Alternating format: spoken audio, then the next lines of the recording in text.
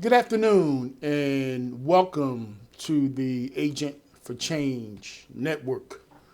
I'm your host, Rob Bell. Today, we're going to be talking about a variety of subjects, and I hope that the information that I provide for you today will be of some help and it's information that you can run with. Back in Africa, we as black people used to use the drums to provide information to other tribes across the region.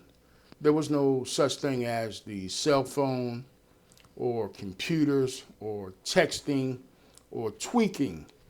It was very primitive and a way for us to communicate with each other and give out pertinent information as to how we were doing, what we were planning to do, and how we can make some improvements in our very existence. Moving forward into today, we have a multitude and a variety of communication systems to, in my opinion, we don't take advantage of. I guess to a certain degree we do, and to the latter, we only take advantage of the communication systems that we have to the tune of entertainment, especially in the black community. The internet and the infinite wisdom of whoever invented it was the tool that brought us into where we are today regarding communication. The spinoff of Instagram, Facebook, Twitter, and some of the other social media resources that we have available have caused us as a people around the world to be able to communicate with each other at the drop of a hat.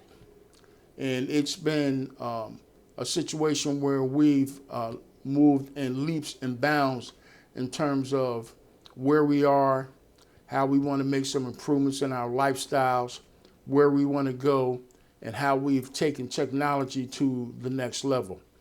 We're at the point now where we're sending citizens to the moon. And I never thought that would happen, especially when Neil Armstrong set foot on the moon for the first time, and that was a phenomenon in itself. Now we're sending regular everyday citizens to the moon. In 20 to 30 years from now, who knows where we'll be going with that. But getting back to the issue of communication, we have in our lap the ability to communicate and send information to one another throughout the world. And if you bring it close to the African American community, it is my opinion that we have not, and I'll say it again, we have not taken advantage of the communication systems that we have available to us. Most of us use Facebook and Instagram on a daily basis, I being one of them.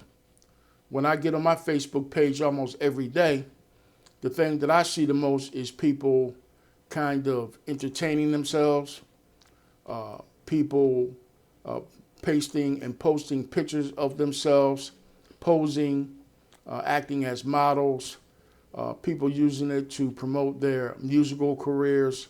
And of late, I've seen a lot of young ladies on TikTok twerking and shaking their bodies.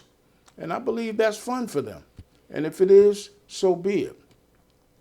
But it is my opinion that we're taking a system that has the ability to cross over into the type of communication that we can use to help pull our community together and help stop some of the nonsense that goes on in our community. It is right at our feet. And as I said earlier, right in our lap. In the 60s, when Dr. Martin Luther King was marching and fighting for our civil rights as black people, I think one of the most brilliant things that he did was use the media to inform the rest of the world how we as black people were being treated in the southern part of the United States. it was a hidden situation prior to that. Nobody kind of knew what was happening with black people down in Mississippi and Georgia and Louisiana, Tennessee, and Alabama. Nobody knew what was going on with us until Martin Luther King decided he wanted to get law enforcement involved, and at the expense of people going to jail and being bitten by dogs and being treated with no dignity or respect. And even our young people who attended the HBCUs sitting at lunch counters and refusing to move and having white people smack us, throw bricks at us, spit on us, and basically treat us as inhumane as they possibly could, generated some interest from the media. And as a result, the media spreaded that information throughout the world, and that is when the civil rights movement was made a worldwide situation, and people were being made aware of what was going on with black people. Dr. Martin Luther King was brilliant in being able to use the media to do that. As a result, he created the March on Washington. As a result, he got the Civil Rights Bill passed. As a result, he made made the world aware that black people were being treated less than. And unfortunately, because he had that kind of power, and the powers to be understood that that power was overwhelming, they decided to kill him. Well, we have that same kind of power in terms of being able to disseminate information throughout the world, and in particularly in our community. However, we choose not to do that. Right now, violence is at its peak in America.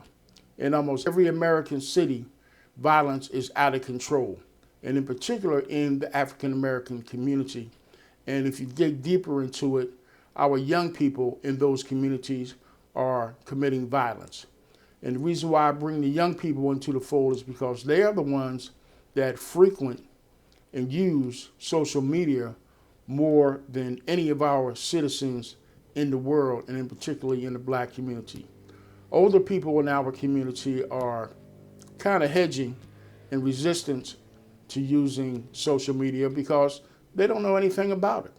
They don't understand how to navigate through the system. They don't understand how important the system is and what it can bring and do for them.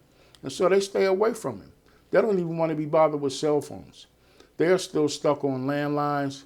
They're still, some of them, stuck on phones that have rotary. And they don't want to deal with it. But, our young people, very savvy in the use of technology and the use of communications. Why? Because they're being taught how to do that from the time they're about 3 years old up until they become teenagers. And so they can navigate that system better than anybody that you can shake a stick at. And so they choose not to use that type of communication to enhance our community or combat the social ills, because that's just not on their plate. They want to have fun. They want to entertain themselves. They want to be able to look at TikTok and Instagram and see that their friends are on, and if they are people who are brilliant or people who are pretty, and especially young ladies who are pretty, they want to be able to show off, and they want to be able to shame people who are not in the same category that they are. And it starts confusion and it starts conflict, and many of the violence that has occurred in our community started from social media. And so they again choose not to use social media in a positive way. Maybe they initially want to use it in a positive way and start out, and the intent is to do that, but in a lot of cases, it goes south. We as adults need to familiarize ourselves with how to use social media and use it in the same way that Dr. Martin Luther King did, to bring people together and to understand how powerful it is to use it and help solve and resolve some of the ills that we have in our community, i.e. the violence that's occurring. You know, we're quick to get together when a police officer, a white police officer, kills a black person. But when it comes to us mobilizing about the violence that is occurring in our community. We just want to kind of blow it off as being something that happens in our community, and we've accepted over the years. And we have, again, the ability to squash or at least ratchet down some of the violence by using the social media in our communities. Excuse me. We, as a community, need to be getting together and using social media and using the vast communication systems that we have to be able to pull our communities together and to be able to communicate with our young people in ways that get them to try to understand that violence is not the way to make yourself feel good. Violence is not the way to make your fellow man feel good. Dealing drugs, getting involved in dog fighting, getting involved in carjacking, and getting involved in some of the other violent situations that are occurring in our communities is not the way to do that. And if we start to saturate social media with that message in the same way that the message was saturated over the media when it came to the AIDS epidemic, when it came to the pandemic with COVID-19, when it came to some of the other pandemics that have plagued our cities in the United States and across the world, we need to start to saturate, again, our social media and send a message to our young people. We got to meet them where they stand. We can't sit back and take the attitude that, oh, well, there's not a whole lot we can do about that. The horse is already out the barn in terms of us trying to parent them. And I did an earlier show and said that as parents, we have failed our young people and we have dropped the ball with regards to our responsibility. We can't sit back on our laurels and say, oh, well, there's nothing we can do about it. We have to meet them where the rubber meets the highway and get them into a situation where we are communicating with them on their level. Because if we don't do that, then we're going to continue to get what we get. Moving forward, we came out in droves to vote President Joe Biden and Kamala Harris as the first African-American female vice president into office. And I want to ask you, how have they done so far? It is my opinion that they haven't done so great, especially our vice president. She is virtually unreachable and she is virtually invisible. Since she's been in the news while they were running to become the president and the vice president, we almost saw her every day on television and in the media. After they got into office and made all the promises that they were going to fulfill, I very rarely see the vice president on television. We do see the president on television, but some of the things that he has done has not necessarily turned out to be very positive. He is struggling. He struggled with the Afghanistan situation. He's struggling with the border crisis right now, struggling with the economy.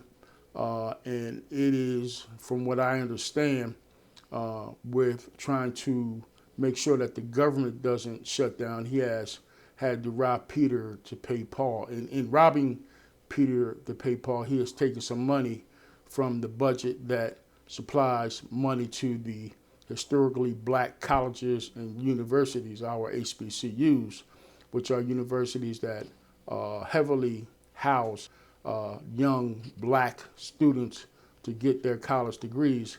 He's taking that money away from us. And I find that appalling because the majority of black people in this country were the ones that came out in droves to vote for him. We were so hell-bent on getting 45 out of office that we forgot that there is another agenda, and the agenda is the black agenda. And just like the presidents who have preceded him, the black agenda always gets pushed to the wayside once people get into office because we don't count. And we've never counted, and we will not continue to count unless we stand up and fight for our rights. Well, we fight for our rights when it comes to certain things, but in terms of fighting for our rights to get the things that we need done in our communities, we kind of take a back seat to that, and we always wait to get slapped in the face by things like police brutality, by other things that affect the black community, and we come out in droves to protest. We stand up at the podium and we cry about it, and we say we want justice, and we cry the mantra of no justice, no peace. But when it's all said and done and it dies down, we're right back to where we got started. You know, during the George Floyd protests, we were out in droves in just about every major city in the United States and just about every major black community in the United States. And we think that because we got a victory with having that police officer being convicted and given X amount of years for what he did to George Floyd, we thought that was a victory. But that's not a victory, because cops are still beating black people up. Cops are still shooting black people. And our agenda was some of the other things in terms of housing and jobs and social activities and infrastructure and all the other things that we need to have addressed in our community are not being addressed. But we, again, don't blow the horn about that. Why? Because we are a turn the other cheek race. All the other races, when they want something done, they stand up, they fight for it. And in more cases, they get it. For us, it's also ran because people know that we're not going to stand up and fight for anything that we want. In Philadelphia, a 13-year-old boy was shot and murdered this morning on his way to school. And that makes for about 421 murders since the beginning of the year in that city. And that city is totally out of hand.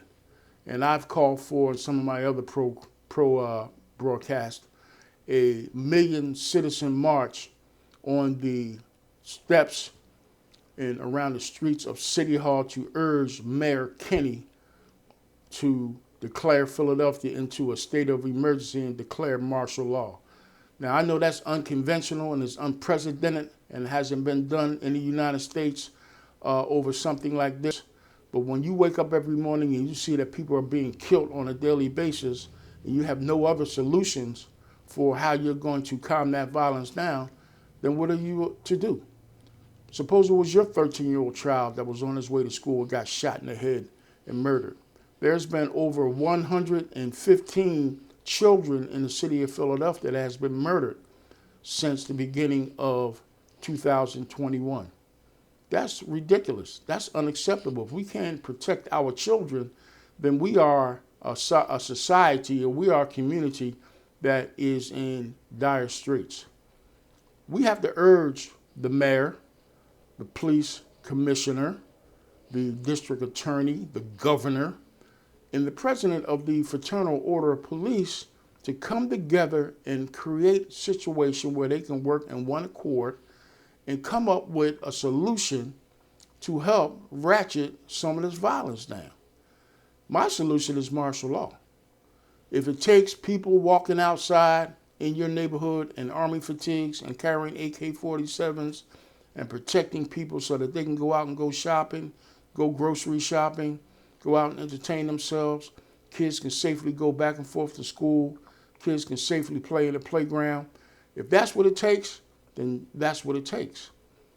There's not been one morning where we have woke up and there's not been a murder in the city of Philadelphia. Moving towards Atlanta, Georgia, going down to the south, where I am right now, there's almost a shooting almost on a daily basis as well. Almost a homicide either every day or every other day, if not in the city, outside in the metro area. We have several police departments in the city or in the metro area of Atlanta, and they are short of police officers in the Atlanta Police Department, I think by the tune of about 250 officers. They're struggling with their 911 system in the same way that Philadelphia is. And so We got people walking around being brazen, and in particular the young people committing heinous crimes and murders. Why? Because they know they're not going to get caught. And when people feel like they can just do whatever they want to do, then this is the result.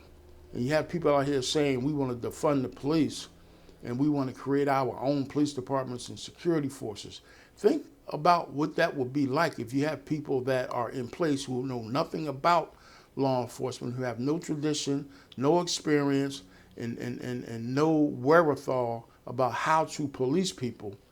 Think what that would be like. If it's like what it is now and we have that in place, think about what it would be like if we had people who had the inexperience of how to provide law enforcement to these respective cities. Although Atlanta is a very small city, it's getting to be out of hand. In the next 4 weeks, we have a mayoral election, and we're looking to bring a new mayor into the city. And the mayor that's in place now, Keisha Lance Bottoms, she's had enough. And she's giving it up, and she's turning the reins over to somebody. The former police chief, Erica Shields, she had enough. She quit, and she moved over into becoming the police chief for the Louisville Metro Police Department. And when you have fragmented leadership and people kind of going all over the place with regards to trying to hold a city together that has a number of people, from what I understand, Atlanta is one of the fastest growing cities in the United States because everybody wants to come down here, but you have leadership that can't even protect people. We're in dire straits. We're going to have to get it together because right now it doesn't look good. And I'll close with this. We as people, and when I say we, I mean black people that are in our communities, we have to take some responsibility for ourselves. We can sit here and point the finger at all those people that I mentioned and take a seat and take a step back and say, well, they're supposed to do their job and they're supposed to protect us, and that is right to some degree. But to a larger degree, we need to take some responsibility for our communities and our young people and the things that happen around either in Atlanta, Philadelphia, PA, Miami, Florida, Houston, Texas, Los Angeles, California, New York City. The beat goes on, Chicago, Illinois. We need to take some responsibility for ourselves. We've been around for a long, long time. And we've been singing this song for a long, long time. We've had some leaders that created the blueprint for us to teach us how to get this done, but we have chosen to go off the beaten path and do the things that we want to do instead of the things that are necessary in order for us to, as a group of people, do what we have to do to ensure that we create a community and a legacy for our children. And for the last 400 plus years, we have not done that. And I, for the life of me, don't understand why. What's it going to take for us as black people to get ourselves together and start to operate from a degree and to a point to where we are responsible for the things that we do in our community? I wrote a book called 911, How to Stop the Bleeding in the Black Community.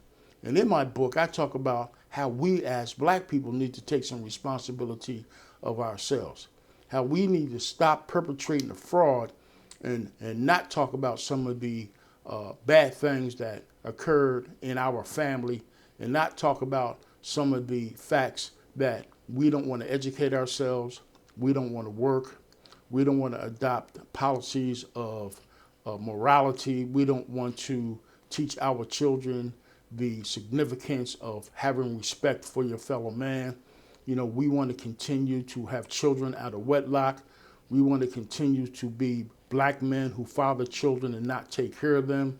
You know, we want to continue to just do a bunch of negative things with regards to selling drugs in our community and trying to make money without working really hard for it and think that that's the way that we're going to get ahead. And it's just not going to happen. What it does is it creates a jungle environment for our community, And as people who live in a jungle environment, it becomes a situation where it's survival for the fittest.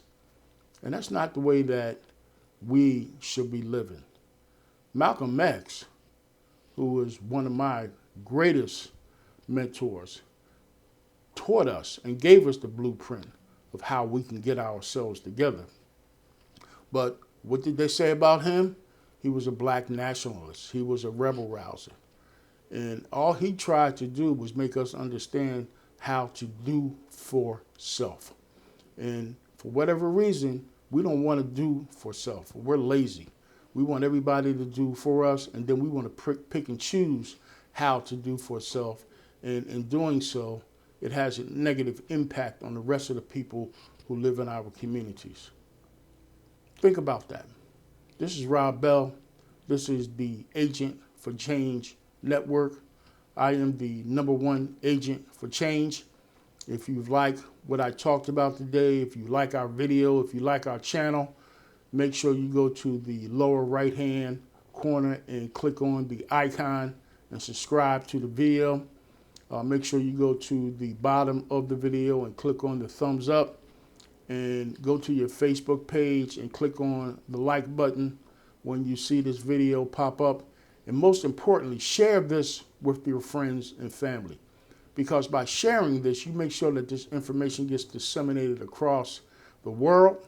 It gets disseminated throughout the black community, and hopefully somebody's taking this information in and teaching their young people and teaching themselves how we can get better as African Americans. We'll see you next week.